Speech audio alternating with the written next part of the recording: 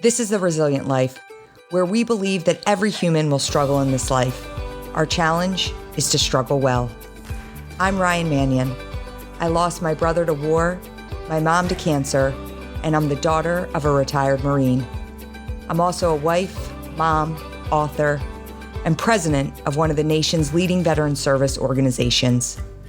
Join me and some incredible guests as we explore the value of struggling well through life's inevitable challenges. Welcome to another episode of the Resilient Life podcast. I'm excited about today's guest. I met him at our mutual friend's wedding not too long ago and loved hearing more about the work that he's doing. I think that some of you will be very familiar with Jon Anik, a UFC commentator, and really excited to bring your story to the Resilient Life podcast. So thanks so much for being on the show today. Oh, it's an honor to be with you. I have to say, in all my time calling fights with Brian Stann, the name he uttered the most was Travis Manion. So it's an honor, to be sure, to be with you and your audience and to have met you a few weeks ago and to be on your podcast, which is blowing up. I'm doing something wrong. I've been doing a podcast for 7 years and my audience doesn't touch yours. So maybe on the backside, give me some advice as to how to grow my audience. Love that. Yeah, so Brian Stann is our mutual friend. And Brian and my brother Travis were great friends at the Naval Academy and in the Marine Corps. And actually, when Brian started fighting, for those who know Brian Stann, All-American Brian Stann, MMA fighter, went and did some UFC fighting. And that was probably the most stressful time in my life because we would order these fights and I remember just being there watching Brian and thinking, oh my gosh, please. And he had some really tough fights. And there were fights where I was just like, he needs to just stop doing this because it was just brutal to watch. But, Brian, when he started fighting, my brother Travis was actually his first corner man when he was doing these fights down in Quantico and started fighting with the Marine Corps. And he shared so many stories after Travis's death about some times they had and some things they experienced when he was getting started with his fighting career. So I've always, been a fan of the UFC from, peripherally. And it was again, great to meet you. I think, again, a lot of our audience is probably familiar with you and at least the role that you play. But I'd love to just start by having you tell a little bit about your job at the UFC. So it's been 11 years. I worked as a commentator, host type at ESPN in Bristol, Connecticut for about 5 or 6 years. And towards the end of my time there, I started doing some mixed martial arts coverage for ESPN. And part of that was sort of precipitated by some boxing coverage. I had hosted a boxing show out of Boston, Massachusetts, and kind of made me one of the few combat sports guys in the building at ESPN. So when they got into MMA coverage, I kind of had the inside lane. So then in 2011, when the UFC was essentially doubling its live event schedule from 20 to 40 events, I was one of the few kind of MMA guys out there. I didn't have a ton of play-by-play experience, but I had called mixed martial arts before, and it was a dream opportunity for me. I knew at that point in time that I didn't want to be in a studio in Bristol, Connecticut, be in a highlight machine for the rest of my life. I wanted to be doing live events and ideally doing play-by-play. And the play-by-play opportunities for me as an anchor were kind of few and far between as a full-time ESPN employee. So couldn't have drawn it up any better. I think better to be lucky than good at times for me, to be sure. But I was as ready as I could be for the opportunity in 2011. I've been doing it for 11 years and it's the devil I know, right? I mean, I'm on a headset for 6 or 7 hours. So juxtaposed against a football game, this is a totally different beast. We like to say it's like doing back-to-back Super Bowls every time we crack a microphone, 25 or so times a year. But it's the devil I know, and I love it. And of course, it's my favorite sport now. And, I'm thankful to have obviously a seat to what I believe is the greatest sport in the world. So just trying to enjoy the ride. Dana White's a tough guy to work for. So just trying to earn that seat, every weekend, including, coming up here in 2 weeks. I'm looking at your picture and again, in full disclosure, I have not ordered any UFC fights after Brian stopped participating in them. But I see the news and I'm looking at the picture behind you, and it's a caricature of a pretty infamous picture that solicited a lot of memes. Right.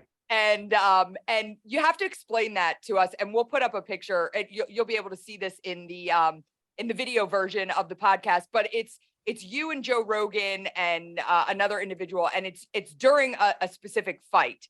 Yes. I don't actually know the story behind the picture. I just know I've seen that in a ton of different memes. So I'd love for you to explain that to us.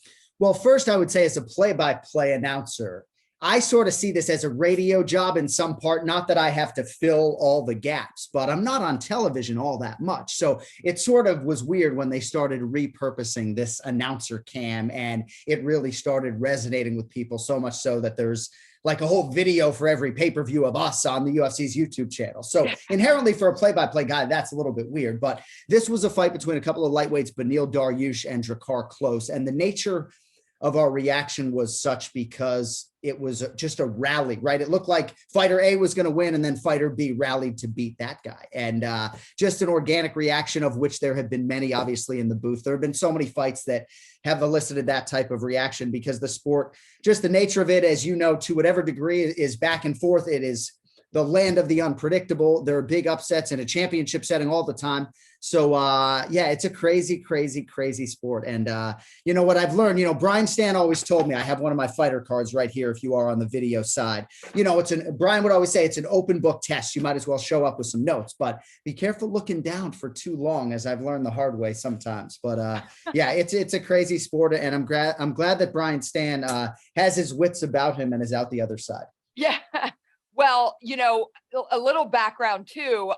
The reason that Brian started asking my brother to train with him is that my brother was a wrestler. So he was an All-American wrestler, wrestled in high school, and then went on to wrestle at the Naval Academy, was a nationally ranked top 20 wrestler going into his junior year at the Academy. And, wow. And so Brian is very much admits, like, he can knock anybody out with one punch, but if they got him on his back, that was his weak spot, right? He didn't know the ground game. So Travis was that person that was teaching him the wrestling side of MMA. And I, watching my brother's wrestling career, it's very similar to, when I was watching Brian in these fights. It's like, it's this isolating sport where it's just you and another individual in the ring. You've got all these people around watching, and I will never forget, there are some wrestling matches that when my brother was 15 years old that still just stick in my mind. Oh, it is the most stressful thing as a loved one, watching someone out there in that position, to just, see them out in that vulnerability. But I also think, wrestling and MMA, there is something so interesting about what you can learn about yourself in that sport. And I don't think there's any other sport, team sports are amazing for so many reasons, but MMA and wrestling, like being on the mat, just you and the other person, it's all on you, right? Yeah. There's no like, well, they threw me a shitty pass, or, my defense didn't do well. There's so many other variables. There's no other variables. It's all on you. So I love that aspect of the sport for sure. And I'm sure you see that every day. Yeah, tennis has some of that, but it doesn't have the physical contact. But my only thing that I can draw from would be tennis in a one-on-one environment. But anyone who's listening, and I probably don't have to say this to your audience, like I wish my dad had put me in wrestling. My son is 4. It's like the smallest kid in the class by a mile. And one day he's going to have to wrestle. And it's probably going to be the hardest day of my life, putting him through those 1, 2, 3, or hopefully hundreds of wrestling practices. The kid's training to be like 103 pounds as a senior in high school. So maybe he'll actually be a huge asset to the team. But you're so right about wrestling. And yeah, to whatever degree, that was Brian Stan's kryptonite, right? The wrestling and the grappling. That's why for you, as his dear friend, he has a crowd-pleasing style, but not ideal if you're watching, because it's always haymakers and, caution to the wind. But wrestling and grappling is the best base for mixed martial arts. If you're a striker, that's a hard gap to close, right? Like Travis had an advantage on Brian that Brian would never be able to close, whereas a non-striker might be able to close that gap a little bit more expeditiously. So, Yeah, it's a great sport. And hopefully my son won't shed too many tears when he has that first wrestling practice. But I'm anxious about it right now. To your point, like I can imagine the scar tissue from 15-year-old wrestling matches back in your day. No doubt about it. Yeah. So I have an 8-year-old son, and we put him, and his name is Travis. So it was like, well, we've got to, and people were sending him. Travis's old coach at Navy, he was like a year old, and he's sending him singlets, and so it was like, this kid has to be a wrestler, right? So at 5, actually he was 4. And we put him in the Raiders, which was the youth wrestling program that my brother wrestled for. It started at 5, but they were like, oh, well, we'll take Travis at 4. And I'm like, okay. So of course they will. Yeah. So I put him in, and my son is gearing up to be like the heavyweight wrestler. He's 8 years old now. He's 80 pounds. He's almost as tall as me. He's a big kid. I love it. But I put him in at 4, and he was a big kid at 4 years old. And I'll never forget his first wrestling match, just to prepare you. He goes up, and there's, we're in the gymnasium, and, it's another team, and the kid comes up, and the dad, this kid has a rat tail, a 6-pack. The dad's like slapping him across the face. And I went up to Travis's coach, and I was like, wait a minute, like my son's wrestling him. And he was like, well, yeah, it goes by weight. I'm like, that kid's like 8 years old. And he's like, there's no other way to do it. You have to go by weight. And I'm like, this is going to be terrible. And, my kid is a gentle giant. He's not. And so he's looking at me, he's all excited. And, he's been practicing with his team, but it's all very much fun, wrestling around, like showing him takedowns in a fun way, right? Sure. Nothing super competitive. And he got out on the mat, and this kid, had him down with a vicious kind of just threw his entire body onto the mat. And he came out with a smile. He's, the kid's giving him one of these, and Travis is smiling. And he throws him down on the mat, and Travis's face is like sideways on the mat, and he's looking at me, and I just see a tear coming out the side of his eye. And I was like, oh my God, I can't do this. I can't do this. So needless to say, he's taken a couple years off. He's actually just getting back at 8 years old. But he quit wrestling that day. He did finish out the season, but he was like, I don't want to wrestle. And so I now have him going in. And I think this is an interesting thing too, when you think about all these things you can learn from MMA and wrestling. We learned as parents, we probably started too early, right? We were so excited about like, yes, we're going to continue the legacy of his uncle, his namesake, and he wasn't ready for it, right? And so he's getting into it again this year, but he's actually going to do academy style wrestling where there won't be matches. He'll just train I love it. Times a week. And his 8-year-old mentality is like, okay, I'm ready for that. But he's like, no matches, Mom, because he's scarred from that one. And I'm like, no matches, bud. Yeah. So, but that's good. Yeah. But see, he got it in, right? See, I never got it in. I used to write essays about not wrestling and not playing football, so I understand the value in all of that stuff. I just happen to have the little kid who thinks, he can take on the dude with the rat tail, and he certainly can't. So, recently when I was researching for our episode, you're coming off a really exciting UFC 279 on pay-per-view. And for those that don't know, it was the main card on the fight, right? It was Diaz versus who was the other Tony Ferguson. It got all shuffled last minute. It was supposed to be Khamzat Chimaev versus Nate Diaz, but Khamzat couldn't make weight, so Nate Diaz fought Tony Ferguson. And we're conditioned to last minute changes, but this one was pretty unique. Yeah, so that was like a 7.5 pound, like he was 7.5 pounds over, right? And I know that life too of watching my brother cut weight, but that was kind of surprising to see that that many pounds over for that fight. Yeah. He went on and won, right? In the 180. Is that correct? Yeah. So he fought at a catch weight, and they did have sort of some backup plans built in. And we could do a whole episode on weight cutting and why it should probably be outlawed completely, at least as far as MMA is concerned. I guess maybe I can understand it a little more as far as the wrestling goes. But yeah, it was going to be a really hard fight for Nate Diaz. Khamzat Chimaev is really unlike any prospect I've seen in the sport. He's just an animal. And his work ethic and his discipline doesn't necessarily extend to the weight cut and the diet, right? Like he doesn't want to live the welterweight lifestyle 24/7, 365. And with his build, he's going to have to do that if he wants to be the welterweight champion and not just make weight one time,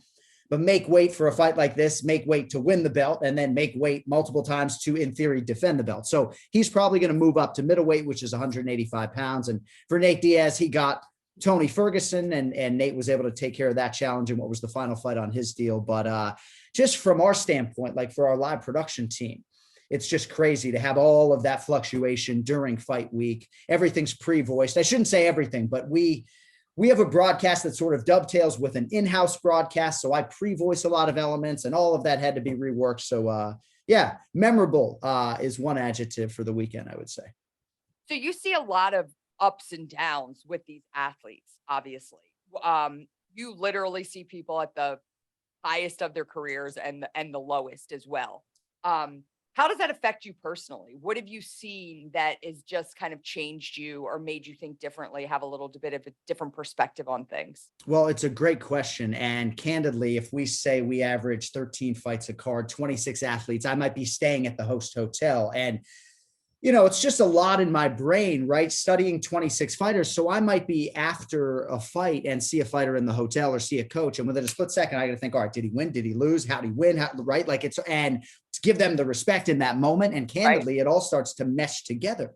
But it's very hard to see some of these guys absorb damage when you've developed personal relationships with them. I've called fights involving my broadcast partners. You know, when I called Brian Stan's final fight against Vanderlei Silva in 2013, I didn't have nearly the personal relationship that I would have with him a few years thereafter. But even then, you know, when I go into the octagon and stick a microphone in his face and he doesn't know that he lost the fight until I stick that microphone in his face, that's a very difficult thing. And athletes will come up to me even just a few weeks ago and say, hey, can you talk to this matchmaker? Like, I know he's going to cut me. I've lost 3 fights in a row. Everybody in the world thinks I just beat that guy and I lost a split decision. And my inner monologue is like, bro, there's nothing I can do. And it's like, yeah, I'll talk to the matchmaker or see what I can do. But, you know, I don't wield that type of power. So yes, it's very hard. To your point, the thrill, the agony, it's really the hardest part of my job. And I don't want to say the lows are lower than the highs are high, because when I see some of these athletes realize these financial gains or become a UFC champion for the first time, there's nothing for me as a broadcaster like when a fighter breaks through and wins a UFC title for the first time. But seeing a fighter, you know, walk back into their new life with a leg snapped in half, or to be concussed for the 4th time in 5 fights, or to lose their UFC contract, you know, I don't know, that stays with me longer, I guess, than the highs do. Yeah. I remember the last fight with Brian, and I was not upset that he decided to retire from the UFC after that fight. That was, well, at his wedding, it sounds like there's still plenty of fight left in the dog. So his daughters are within earshot. I'm like, could we have some feel for the room? Your daughter's right behind you. You're talking about coming back. That was, we were talking about it the next day, my husband, my dad, and I, and I'm like, does anybody remember the fact that Brian said that he was coming out of retirement? And we were all cracking up. So yeah. Too funny. You know, from the UFC perspective on a wider scale, you've had a front row seat to the explosion of the UFC. You know, starting 11 years ago, it was not what it is today by any way, shape, or form. How has that experience been for you to watch? And you know, you certainly played such a large role in it. I mean, now you're standing up there beside Joe Rogan and commentating, and you know, you're seeing the biggest celebrities in the world show up at these fights. I mean, it's got to be a little bit like take it a step back, like, oh my gosh, this is for real. Yeah, I mean, the Joe Rogan component is interesting. Like I joke, oh, my broadcast partner is more famous than yours, but he literally is like the most famous man in America, more or less, right? So, and he's a great individual and has been from day one. The first time I worked with him, actually, it was an emergent situation as a fill-in 2012, but now it's been about 6 years. And, he embraced me to such an extent when I moved over to do the pay-per-views. But yeah, I mean, it's great. I mean, when I was leaving ESPN in 2011, a lot of people were like, dude, you spent a long time trying to like get in the door at ESPN and now you're bolting for this, blood sports, so to speak. Feel like I got on the right train. I left ESPN when they were doing a deal with Fox, and now it sort of came full circle that we're back on ESPN, or I shouldn't say back on ESPN, but the UFC is on ESPN. So it's very exciting. It really is. And I still believe that we're just at the tip of the iceberg, at least domestically. Like in Australia, this shit's a big deal and has been for a long time, right? Like 50% of the women in Australia watch the UFC post-fight press conferences, never mind the live events, right? Like literally, people will come up to us at the airport and be like, oh, did you catch this at the post-fight press conference? And it's like, no, we're the announcers. We didn't even see that, right? So the way the US is obsessed with the NFL, that's where the UFC and MMA is in a lot of other pockets of the world. So as we close that gap on, the NBA and, the NFL gap is always going to be pronounced, I think. But as we close that gap on the NBA and Major League Baseball, we've already passed the NHL. With respect, I say that to the puckheads out there. But no, it's very exciting. And, hopefully Brian Stan, who left me at the altar, comes back and grabs a microphone at some point for a few shows a year. Oh, that would be amazing. And so, we talked about this a little bit, but you have 3 children. They range in age from 4 to 11, correct? Yes. Yep. And, outside of, your son, you're saying like, yeah, I want to get him into wrestling eventually, but your son comes to you and says, Dad, I want to be a UFC fighter. What are you saying to him? Are you championing that, or are you saying, let's talk about this? Well, let's start training, bud, right? I mean, you're all talk. Let's get in the gym, right? But yes, I mean, certainly if he were to wrestle and grapple from a young age, absolutely. American football would be the thing that would give me pause, largely because of his size and largely because I was like done having kids. I had 2 girls. We got a dog. The dog bit everybody, bit my niece, had to get rid of the dog. And then ultimately, long story short, the Vegas shooting really hit us hard because we lived there for a while. That inspired us to create a life. We ended up having a son. And now I have this dilemma because I hold American football in the highest regard and I want him to play football. But every weekend, that sport is more dangerous than the sport that I exist in. It just is. There's a car crash on every play. If you and I are in an octagon, I can't get my body going 25 miles per hour at you, So football scares the hell out of me. Fighting, much less so. And mixed martial arts, unlike boxing, I covered a boxing death in 2005 and it really shook me to my core. MMA, it's hard to get 2 concussions in one MMA fight. It does happen, right? But in boxing, it happens all the time. You get 10 seconds, get back to your feet, they shake out your hands, come get another concussion. Whereas in our sport, that's a TKO, that fight ends. Right. So yes, he can be a UFC fighter, but let's just hope that he has that wrestling base and that he's tougher than his dad, at least mentally. Yeah. I couldn't agree with you more about the football piece. My son, he plays flag now. Good. And I had the head coach of Navy football on my podcast last year. And I asked him, I said, what are your thoughts about when kids should start putting on the pads? And he said, no reason for them to even attempt to put on pads before junior high.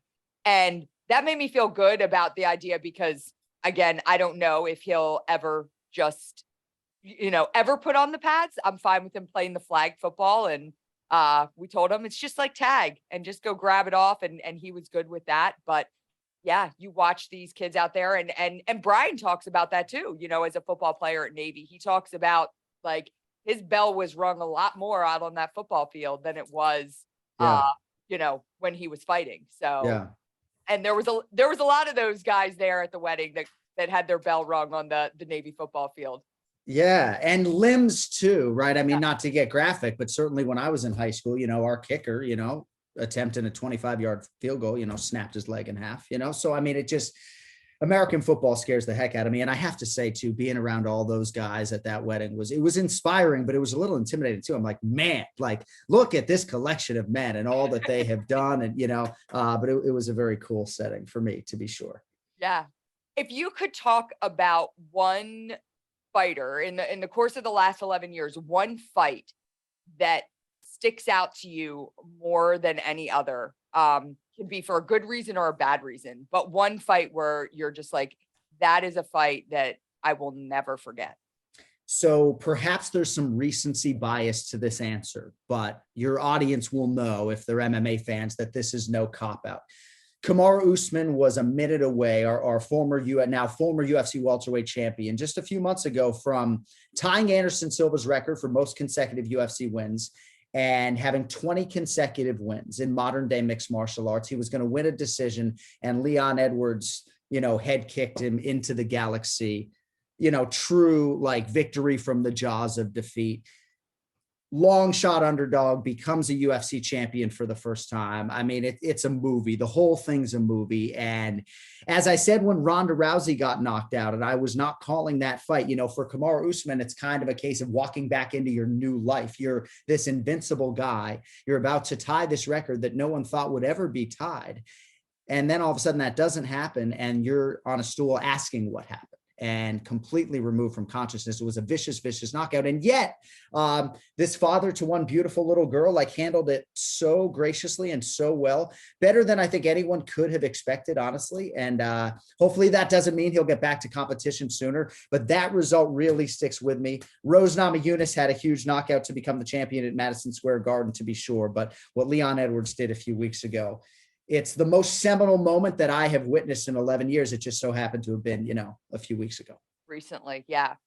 So you see the resilience of these fighters, some of them that take these big hits and they're done. Some of them that come back from them. Is there anything that you have learned from them, in terms of just how you live your life outside of, athletics? And anything that you've learned from them, and adding on to that, like the biggest challenge that you face personally, and have you leaned into some of the lessons you've learned and watched with them in the ring? Yeah, no, it's a great question. I'll start by saying fighters are crazy. They're habitually late, and they're a lot to deal with. No, but I love, obviously, my colleagues, and I guess discipline would probably be my biggest takeaway. And yeah, I mean, certainly when I look back at some earlier UFC footage, my face was even chubbier than it is now, if you can believe it. But certainly the discipline in my life, I think, comes from being around these guys and thinking that if they're doing 2 and 3 a days, I can certainly work out 6 days a week. So I've just learned a lot about nutrition. I don't always apply it nutritionally, but I've learned a lot about strength and conditioning and the value of strength training. And I guess just multitasking and just finding just a better balance in my own life. And I just think it's exceedingly difficult for any parent to sort of balance any sort of major professional ambition or aspiration. And for these fighters, unfortunately, the inconvenient truth for them is that it requires so many hours of just hard training per day to get them ready for what they're going to deal with. So they have my ultimate respect. And, it's an honor for me to obviously sit to their left and to pick my spots, right, in a sport that, I'm not a lifelong martial artist, right? So I obviously have to, find my lane and make sure that I'm deferential when it comes to making them the guys that shine on the broadcast. But man, it's just such an honor. They say hockey players are like the best athletes to deal with. For me, it's fighters. I mean, to a man, to a woman, they're really gracious on this roster, top to bottom.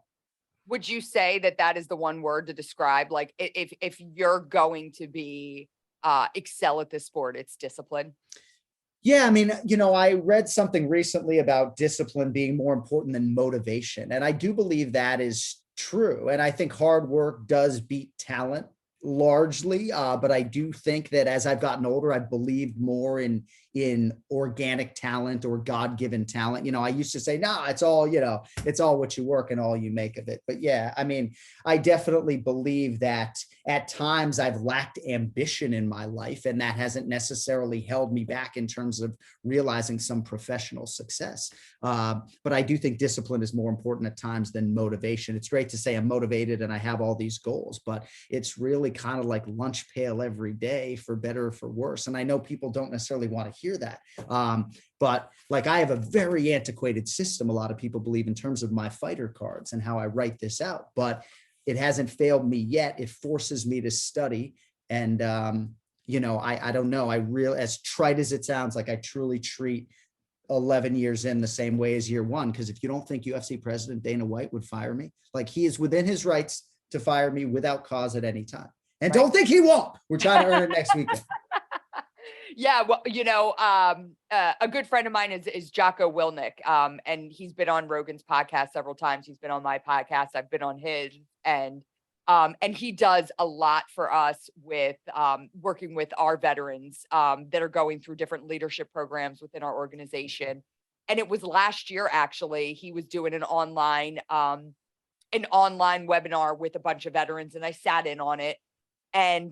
And he started just what you said. He said, you know, motivation is a fleeting emotion. It comes and it goes. So if you are going to rest on motivation to get you to where you want to be, you know, whether that's physically or mentally, like, it's not going to work. And when I had him on my podcast, because if you follow him on social media, he, you know, every day he posts a picture of his watch, and it's like, 4:30, and it's like, get some. And, you know, when I had him on, and I'm like, Jocko, I'm like, I said, you know, I have to be honest with you. Like, if I'm in an event and I'm out late, or I'm traveling and my flight gets in at 1 a.m., like, I'm not getting some at 4:30. Like, my body is saying, in order to get some, you need to sleep for another 4 hours. And, you know, when he walked me through that a little bit and saying, like, he actually super values sleep, but his body does not require sleep in the same way some others, and you know, kind of talk to me about the science behind that everybody requires different levels of sleep. But he is a true believer in this idea of discipline. And, you know, in order to achieve your best self, like, you need to do it no matter what, you know, no matter whether you're sick, you're tired, you're hungry, like, you have to maintain that discipline each and every day. I'm always very truthful with him to say that, like, I still probably ride off of motivation a little bit more. You know, I'm one of those people that goes in waves, where you can find me sometimes, you know, training for a marathon and working out, doing 2-a-days. And then you can catch me 4 months later, and I'm like, yeah, I haven't worked out in a month, you know? Yeah. And so I still struggle to find that, like, daily discipline to make sure that I'm, you know, doing things consistently. I would say consistency is something that I continually work on, for sure. Yeah, I think some of my discipline is probably rooted in the fact that my suits are tiny. The way they fit suits for men in 2022 is such that I can't take too many days off. But yeah, and, you know, hopefully I didn't pluck it from him, but if I did, certainly. But no, yeah, it is interesting, because at times I have an identical twin brother. So I have someone with whom I share DNA. So you have the constant point of comparison to whatever degree, and somebody constantly to bounce things off of, that thinks and talks and feels the way you do. And I feel like at times maybe he's more ambitious than I am. I've just gotten more breaks in life, you know? So it's an interesting conversation, but I do believe discipline is the thing that I preach to my daughters, and will eventually preach to my son more than anything else. You know, just got to suck it up every day. Not at 4:30 a.m., but every day. Yes. So, you know, you've got 3 kids, and you're on the road a lot. How do you balance that? And I think a lot of people are always struggling, people that are, you know, in professional careers. Like, how do you find that balance? I have people that ask me that all the time.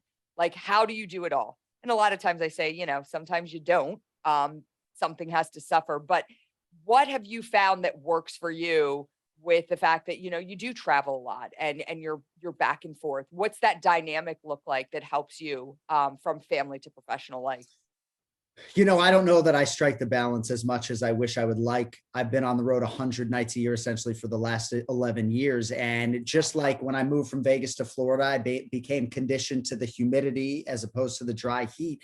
My daughters are kind of conditioned to me missing things. And that is obviously the hardest thing for me to deal with. And obviously, as they get older, there are more things that I have to miss. So I'm sort of committed to this professionally, I think, for the next however many years, maybe 5 years or so. And then something's going to have to give, because I'm a homebody. I'm the homesick camper that would rather be, home with my children. My wife is a middle school math teacher, and thankfully my kids all go to school at the school that she's at. But yeah, it's hard. It really is hard. And the thing is as you get older, in theory, and as you continue on, at least in the broadcasting world, there are more things that come your way instead of less, right? And I try to be as selective as possible. And I'm always flying the red eye, perhaps to the detriment of my health, but literally flew the red eye after our show this past Saturday night, and always trying to get out early. But constantly trying to find that balance, including recreation, to be the best sort of father, broadcaster, and everything else that I can be. Yeah, I don't know. I don't know how anybody retires, though. With 3 children, I really don't know how anybody retires. Maybe someday. Who do you look for inspiration? So it's interesting. A lot of the play-by-play guys that were mentors for me are very silent when it comes to social media or messaging like that. But I do find that being in the martial arts space just puts a lot of people on my radar, like the Jockos of the world, that wouldn't otherwise be. But it's the athletes for me. It's just a constant source of motivation. And I do think that there's a competitiveness, an underlying competitiveness with me and my broadcast partners, and they would maybe not admit that. I'm a non-fighter, right? But at the end of the day, we're all trying to support our families, and we're all in this space together. And I think we're all driven by each other. But seeing a lot of my broadcast partners transition from fighting into retirement and doing anything I can, even if it's just a conversation, to help them with that transition is something that I enjoy greatly. But yeah, I would say it's mostly fighters and kids, man. It's like my daughter, who's 11, I think intellectually is already on my level in a lot of respects, and will pass my level very soon because she reads. So that's exciting for me, to be able to have that relationship with my daughter, who is quickly becoming my best friend, So yeah, I mean, I'll look in any direction.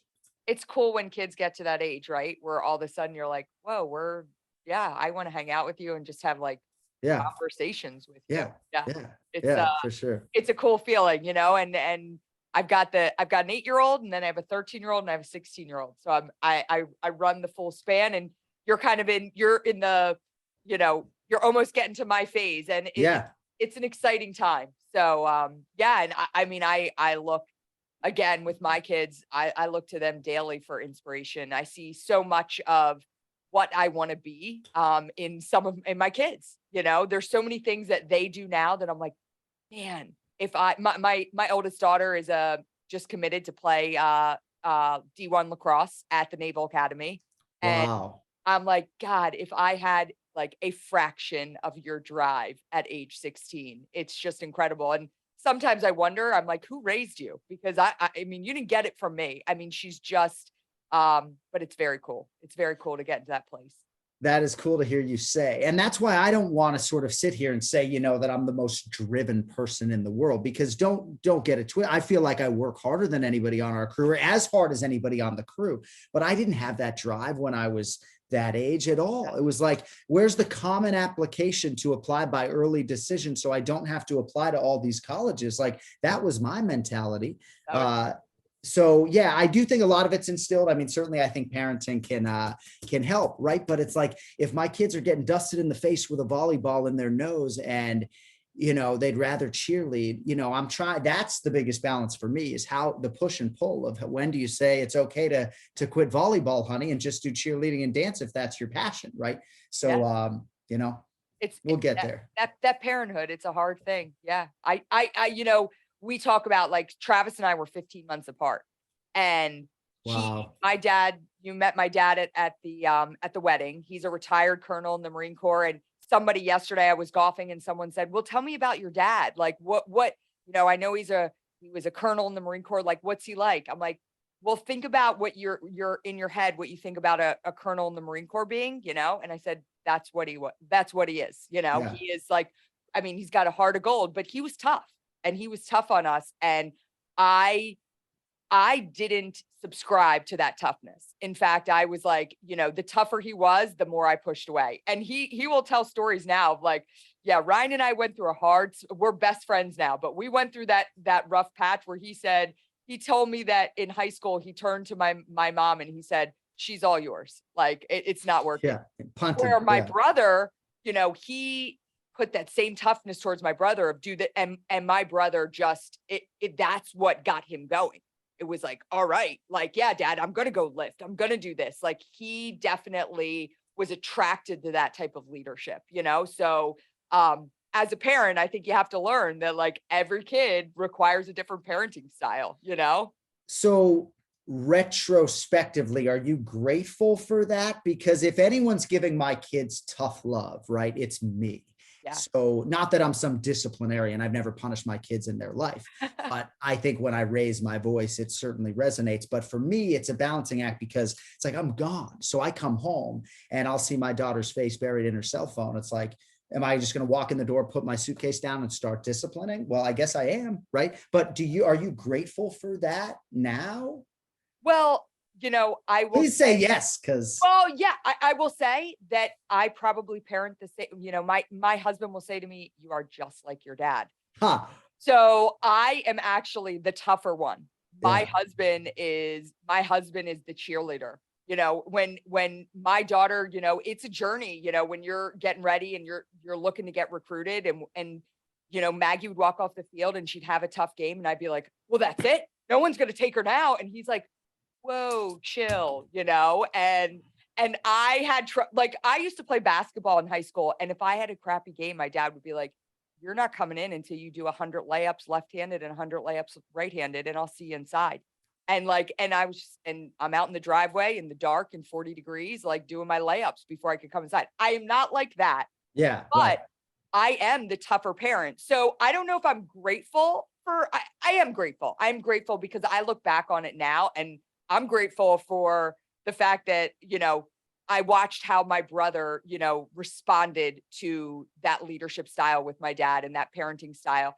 And, you know, frankly, I see a lot of that in my daughter, where sometimes I'm probably a little too tough on her. But I have the nice balance with my husband where Perfect. he can, you know, and, you know, I'm very much like him now. So it's an interesting dynamic. All of what bothered me when I was a kid, I became myself. So Isn't that amazing? yeah, And by the way, great golf swing. It looks like you're a left-handed, I am left-handed. Yes, and it looks like you drove the green too on that. I mean, I we didn't did. get the, Yes, yeah, it's yes. a hell It of a was. shot. I was playing with a golf pro yesterday, so that certainly helped.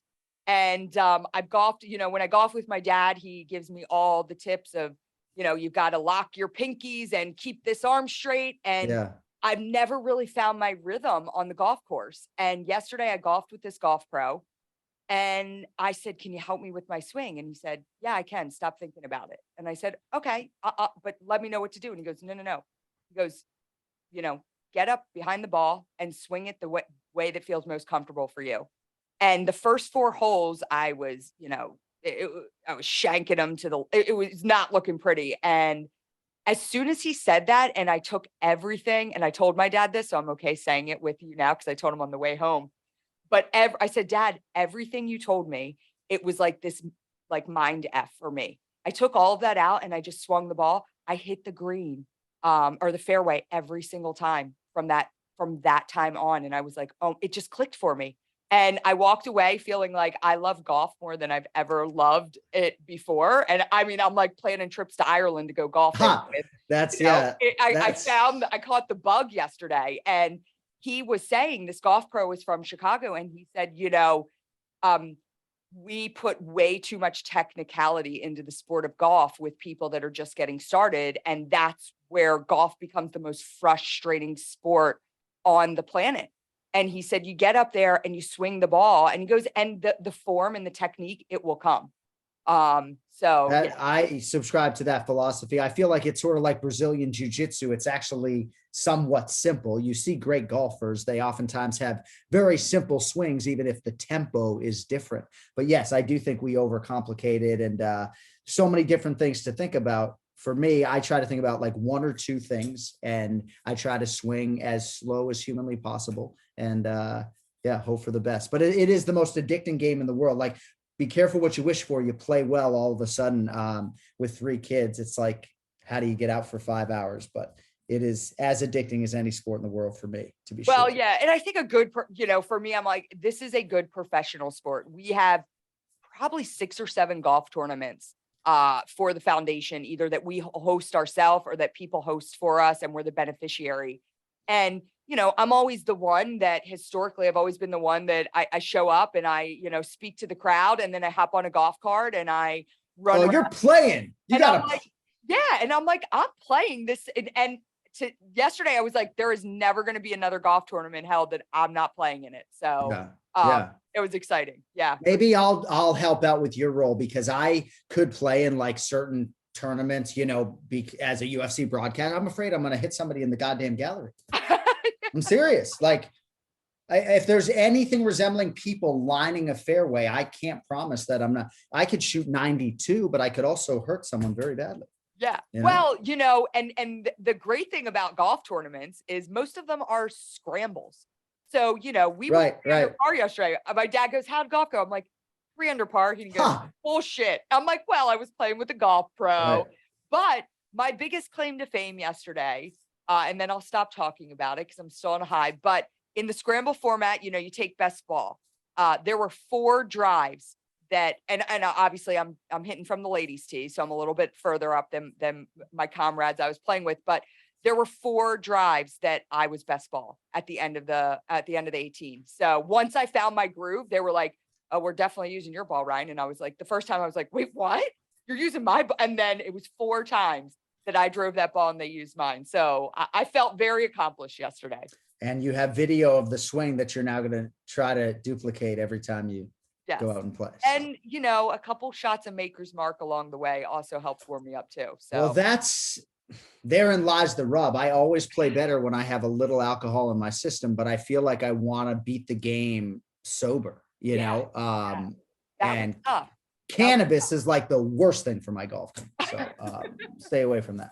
Yeah, that was tough for me yesterday because I felt stiff and it was cold, and we got to, we got a few holes in, and there was the clubhouse, and they had cold beers, and I'm like, I don't want a cold beer. It's 45 degrees. And I said, yeah, give me a shot of that Maker's Mark. And as soon as that kind of warmed me up, I was like, okay. Oh yeah. I love it. Yeah. What better sport? I'd love to know too, you talked a little bit about, co-hosting alongside Joe Rogan. I know this audience would want to know some insight about really like what it's like to work alongside him, because again, it's not just like, oh, he's, the biggest guy in this industry. I mean, he's one of the most well-known people in the entire world. And you're standing alongside him. It's got to be kind of, and you knew him before, so you've kind of seen this rise in popularity. Give us something that that people aren't going to typically hear.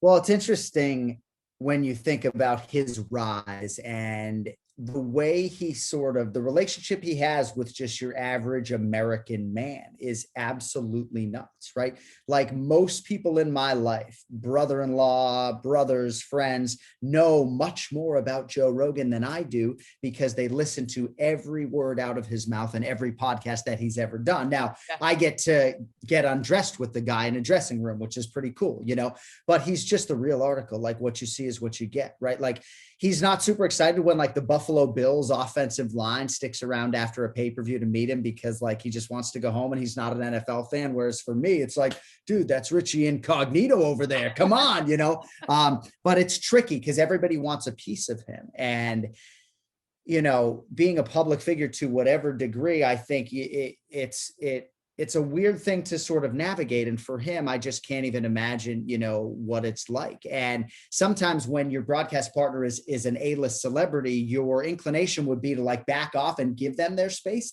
But if everybody does that, then everybody is staying away from the guy, but I do think socioeconomically it's tricky, right? Is he just supposed to sponsor every fucking meal that when we all go out, is he supposed to just pay for it every time? But no, I mean, honestly, like Anecdotally, people always want some crazy story. I mean, we talk about coffee, we talk about jujitsu, we talk about fighting a lot because we don't have a lot of time together when we're not actually calling fights. But me and Joe and Daniel Cormier are on a text thread together, and we're all very close. And the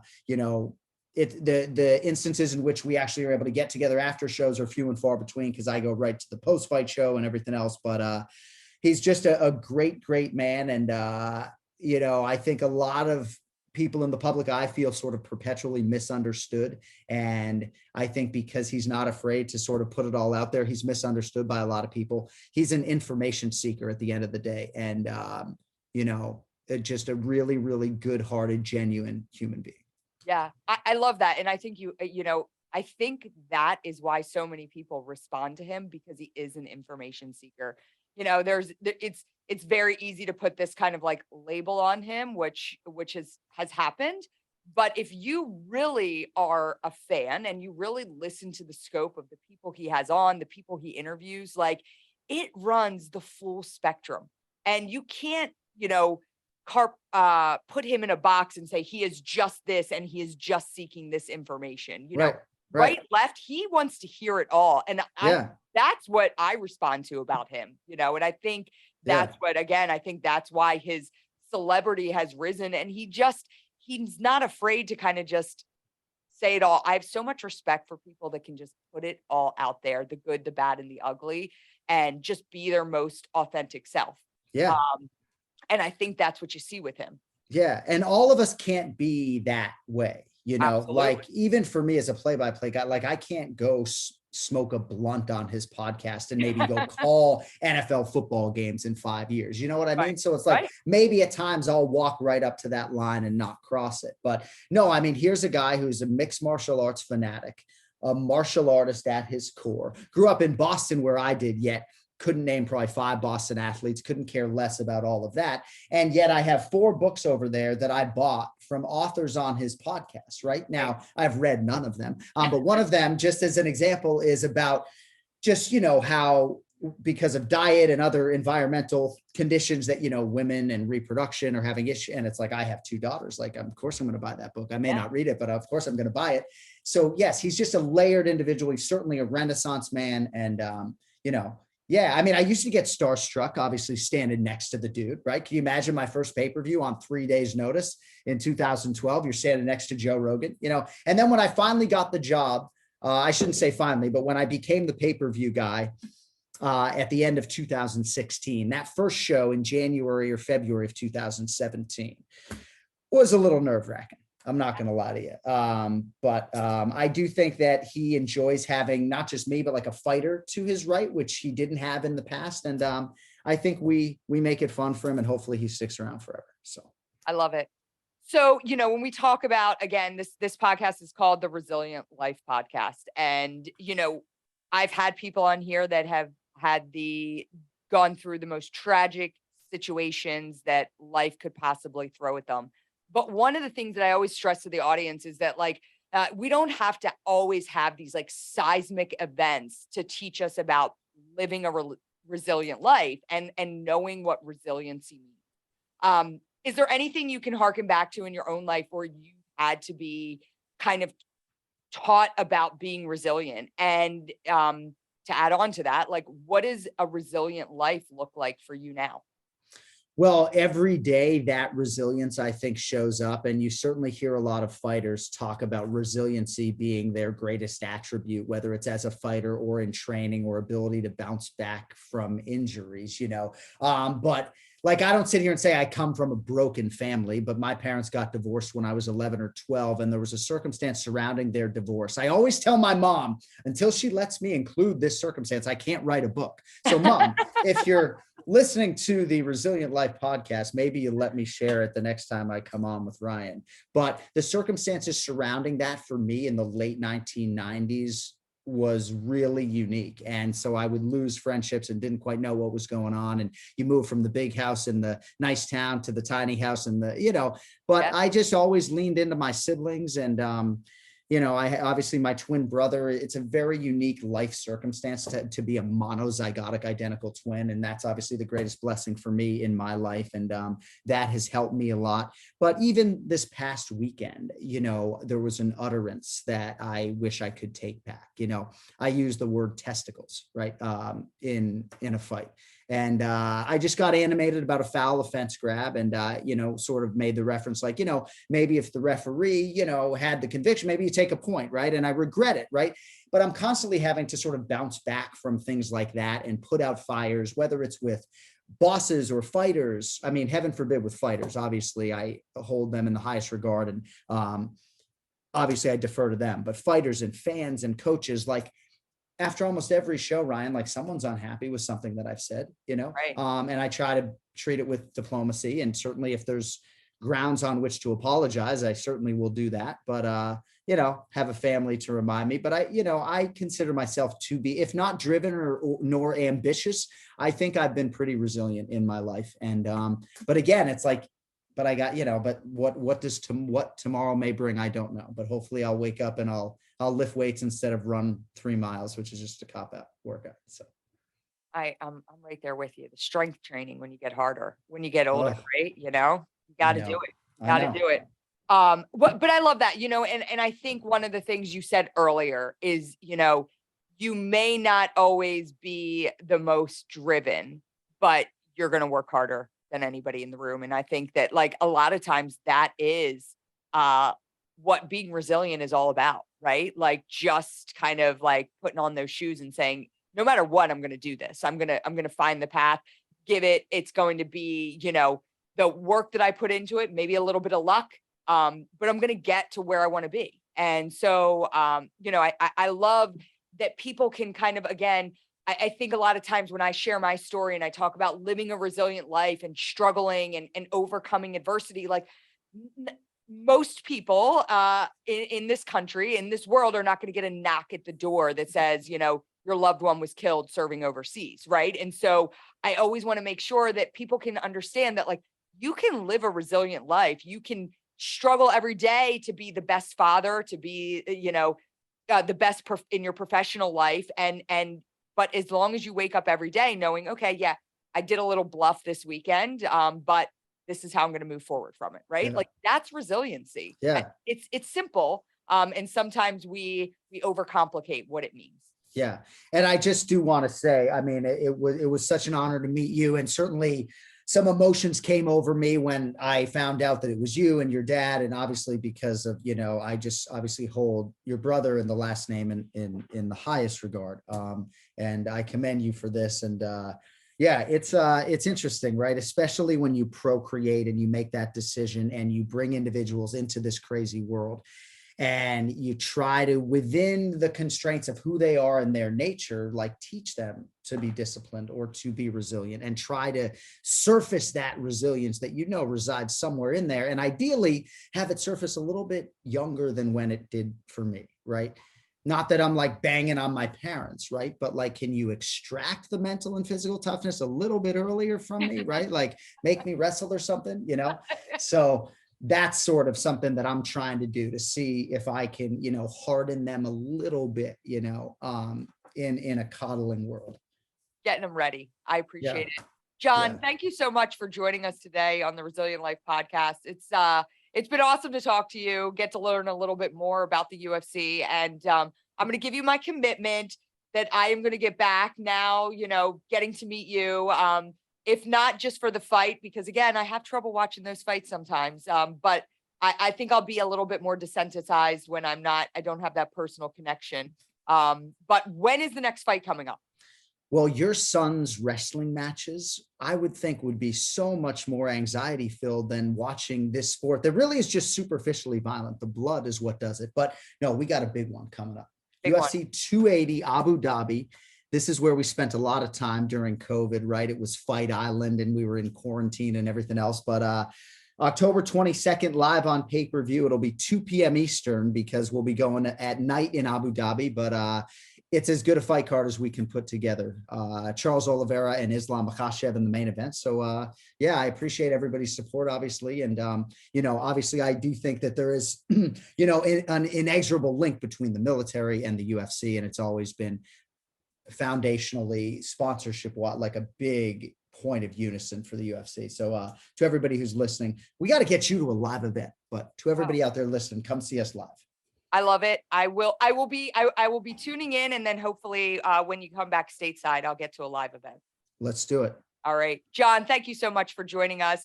Please make sure to like, subscribe, and share with your friends. And thank you for listening to another episode of the Resilient Life Podcast. Jon, thank you so much. Thank you, Ryan.